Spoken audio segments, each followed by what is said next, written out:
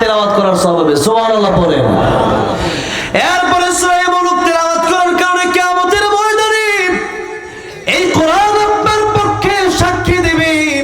কোরআন বলবে আল্লাহ রাব্বুল আলামিন রাতে ঘুমানোর আগে আমাকে তেলাওয়াত করেছে, একটা রাতও আমাকে ভুলে যায় নাই।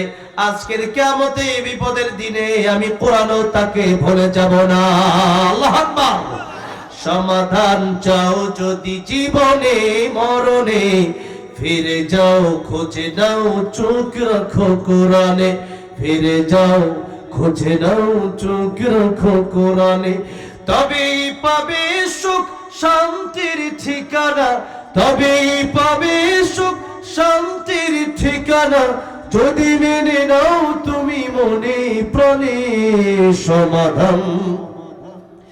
সমাধান চাও যদি জীবনে মরণে, ফিরে যাও খুঁজে নাও চোখ রাখো কোরআনে। ফিরে যাও খুঁজে নাও চোখ রাখো কোরআনে। এ বাণী সকলের নয় শুধু মুমিনের, যারাই চলবে মেনে ফল পাবে কোরআনের। ঘরে বলো কি বারাষ্টে বলো, ঘরে বলো কি বারাষ্টে বলো, অশান্তি দূর করে শান্তি আনে সমাধান। বলেন না, সমাধান চাও যদি জীবনে মরণে, ফিরে যাও খুঁজে নাও চোখ রাখো কোরআনে। ফিরে যাও খুঁজে নাও চোখ রাখো কোরআনে। রাজি আছেন তো? কোরআনের সাথে থাকতে রাজি আছেন না নাই? কোরআন শিখবেন। কোরআন শরীফ যদি আপনি না শিখেন, কিয়ামতের ময়দানে সর্বপ্রথম নামাজের হিসাব হবে। আউয়ালু মা ইউহাসাবু বিহিল আবদু ইয়াউমাল কিয়ামাতিস সালাহ। কিয়ামতের ময়দানে সর্বপ্রথম নামাজের হিসাব শুরু হয়ে যাবে। নবী বলছেন, নামাজের হিসাব দিতে গিয়ে যারা পার পেয়ে যাবে, সমস্ত হিসাব দিতে গিয়ে আল্লাহ রাব্বুল আলামিন তাদের জন্য হিসাব সহজ করে তাদেরকে জান্নাত দিয়ে দিবেন। আর যারা নামাজের হিসাব দিতে গিয়ে ধরা খেয়ে যাবে, এরা সব জায়গায় ধরা খেয়ে যাবে। আজকে নামাজ পড়েন না, এরপরে বলেন হুজুর আমি ভালো, কিন্তু নামাজটা খালি মাঝে মধ্যে পড়ি না। আপনি ভালো হলেন কিভাবে? আপনার ছেলেকে বিয়ে করাবেন, ঘটক বলল মেয়েটা খুব ভালো, কিন্তু মেয়ের চরিত্র ভালো না। আপনি বলেন সব ভালো, তাতে কি হয়েছে? মেয়ের চরিত্র যদি ভালো না হয় তাহলে ওই ভালোর কোনো দাম নাই। আপনি অনেক ভালো, কিন্তু নামাজ পড়েন না, আপনি তো আল্লাহরই চিনেন না। সুতরাং আল্লাহরে যদি আপনি না চিনেন, আপনি ভালো হলেন কেমনে? বাইনাল আবদি ওয়া বাইনাল কুফরি তারকুস সালাহ। মুমিনের মধ্যে আর কাফিরের মধ্যে পার্থক্যকারী কি? কি? নামাজ। সেই নামাজ এখন আমরা চাই না। নামাজকে হালাই খাই কাটা দেই। মূসা কালিমুল্লাহর কাছে একজন নারী আসলে এসে বলল, পয়গম্বর মূসা, আমি জিনা করে ফেলেছি, আমার একটা বাচ্চা হয়েছে, আমি বাচ্চাটাকে আসাদ দিয়ে মেরে ফেলেছি, এখন আমার চেয়ে খারাপ ব্যক্তি আর কেউ আছে? মূসা কালিমুল্লাহ বললেন, না নাই। জিবরাইল আমিন এসে বললেন, ও মূসা কালিমুল্লাহ, তার চেয়ে খারাপ মানুষ আর কেউ নাই। মানে যে ব্যক্তি নামাজ পড়ে না, সেই ব্যক্তি মহিলার চাইতেও খারাপ। এই জন্য নামাজ ছেড়ে দিবেন না পড়বেন? হ্যাঁ পড়বেন। আপনার শীত লাগে, আপনার কষ্ট হয় নামাজ পড়তে। নবীজি এই জন্য বলেছিলেন, দুনিয়া সিজনুল মুমিন ওয়া জান্নাতুল কাফির। এই দুনিয়া মুমিনের জন্য জেলখানা, এই দুনিয়া মুমিনের জন্য কি? যার কারণে আলেমরা যখন কথা বলে তখন তারা কাউকে ভয় পেয়ে কথা বলে আল্লাহ ছাড়া, কারণ তারা জানে গোটা দুনিয়াটাই জেলখানা। সুতরাং জেল হাজতের ভয় দেখা আলেমদের জবান থেকে হক কথা বন্ধ করা যাবে না। ঠিক না বেঠি? বন্ধ করা যাবে না। আলেমদের জবান থেকে হক কথা যদি বন্ধ করতে হয়,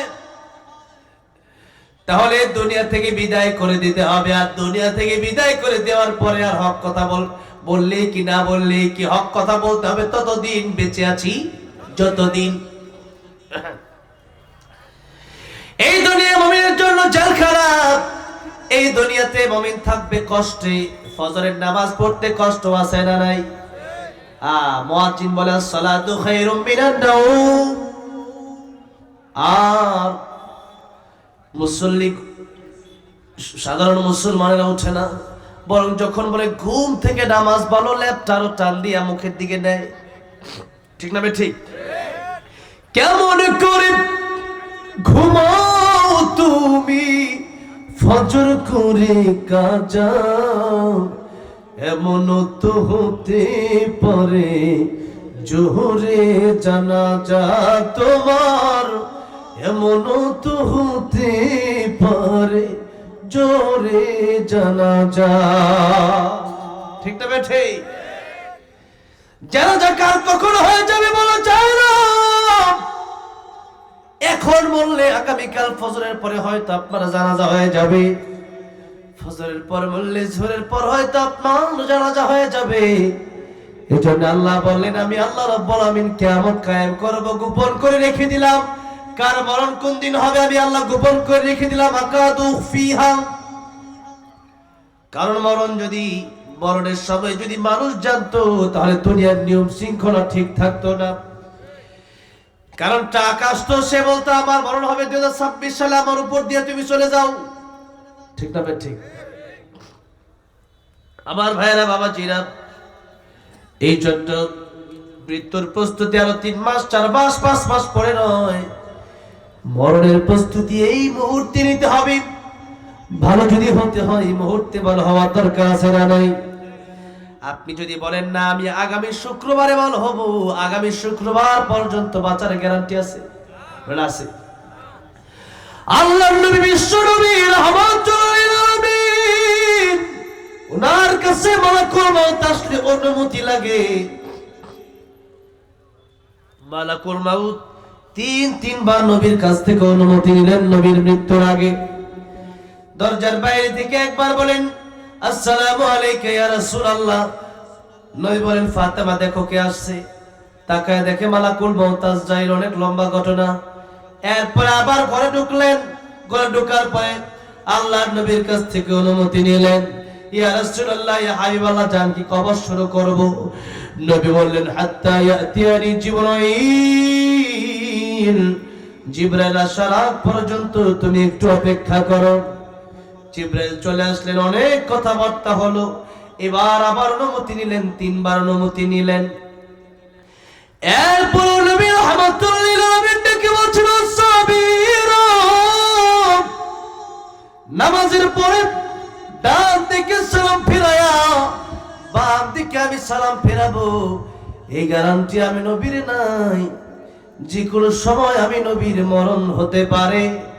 ও মুসলমান সাহাবীরা, ও আমার উম্মতেরা, সুতরাং মৃত্যুর প্রস্তুতি আর কয়েকদিন পরে নেব। বিয়ের পরে ভালো হব, দাড়ি পাকলে ভালো হব, রমজান আসলে ভালো হব, এই গ্যারান্টি আমাদের কারো আছে? আমার মরণ আসিবে কখন কেউ তো জানে না, আমার মরণ আসিবে কখন কেউ তো জানে না। আমি মরে গেলে আমায় তোমরা ভুইলা যাও না, আমি মরে গেলে আমায় তোমরা ভুইলা যাও না। আমার মরণ আসিবে কখন কেউ তো জানে না, আমার মরণ আসিবে কখন কেউ তো জানে না। এই দুনিয়া চিরজীবন থাকার জায়গা না, অন্ধকার কবর যে আমার আসল ঠিকানা। সবাই রেখে আমায় চলে যাবে, সঙ্গী হবে না, সবাই রেখে আমায় চলে যাবে, সঙ্গী হবে না। আমার মরণ আসিবে কখন কেউ তো জানে না, আমার মরণ আসিবে কখন কেউ তো জানে না। কথা বলেন ঠিক না বে ঠিক? এই জন্য কার মরণ কখন আসে কারো জানা নাই। সুতরাং মরণের জন্য আরো 5 দিন 10 দিন পরে ভালো হব, এই গ্যারান্টি পৃথিবীতে কাউকে দেওয়া হয় নাই। এখনো যেহেতু বেঁচে আছেন, নবী বলেন মৃত্যুর সময় যদি হয়ে যায় আর তওবা কবুল হবে না, আর তওবা করলেও কাজ হবে না। কারণ ফেরাউন তওবা করেছিল মৃত্যুর সময়, আমিরাল মুসলিমিন বলেছিল। আল্লাহ রাব্বুল আলামিন বলেছেন আল আন, এখন এখন ভালো হয়ে কি হবে? ভালো হওয়ার দরকার তো এখন। এখন যদি ভালো না হতে পারেন তাহলে মরার পরে ভালো হয়ে লাভ নাই। নবী বললেন হায়াতাকা ক্বাবলা মাউতিক, মরণের আগে ভালো হয়ে যাও, মরণের পরে ভালো হওয়ার কোনো দরকার নাই। কারণ আল কবর রাউযাতুম মিন রিয়াজিল জান্নাহ হুফরাতুম মিন হুফারিন নার। কবরটা কারোর জন্য জান্নাতের বাগান হয়ে যাবে, আর কবরটা কারোর জন্য জাহান্নামের গর্ত হয়ে যাবে। সূরা মুলুক যারা পড়বে তাদের কবরটা জান্নাতের বাগান হয়ে যাবে। সুবহানাল্লাহ পড়েন। এবার আসেন ভিতরে ঢুকি। আল্লাহ রাব্বুল আলামিন বলছেন তাবারাকাল্লাযী বিয়াদিহিল মুলক ওয়া হুয়া আলা কুল্লি শাইইন কাদির। আল্লাহ বলছেন আকাশ জমিনে পৃথিবী তোমরা যারা আছো সবার মালিক কে? জমির মালিক কে? আল্লাহ বলছেন আমি আল্লাহ মালিক, তোমরা হলা গোলাম। এবার বলেন মালিকের কথায় গোলাম চলবে না গোলামের কথায় মালিক চলবে? কার কথায় কে চলবে? মালিকের কথায় গোলাম চলবে। আল্লাহ বলছেন সবাই গোলাম। আর যারা আল্লাহর গোলামি করবে কিয়ামতের দিন আল্লাহ তাদেরকে কি বলে ডাক দিবেন? দেখেন আল্লাহ গোলাম বলে ডাক দিবেন কেমনে।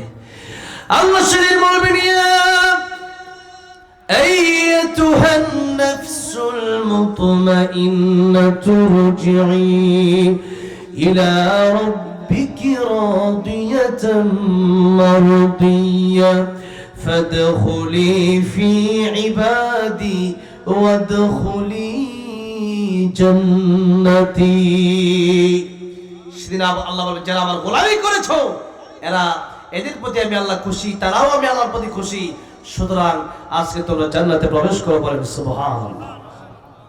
আল্লাহর গোলামদেরকে আল্লাহ ডাক দিবেন। তাই আল্লাহ বলছেন এই পৃথিবীতে তোমাদের গোলামের জায়গা। আর এখানে চাইলে আপনি গোলামি করতেও পারেন অথবা নিজেকে মালিক ভাবতেও পারেন।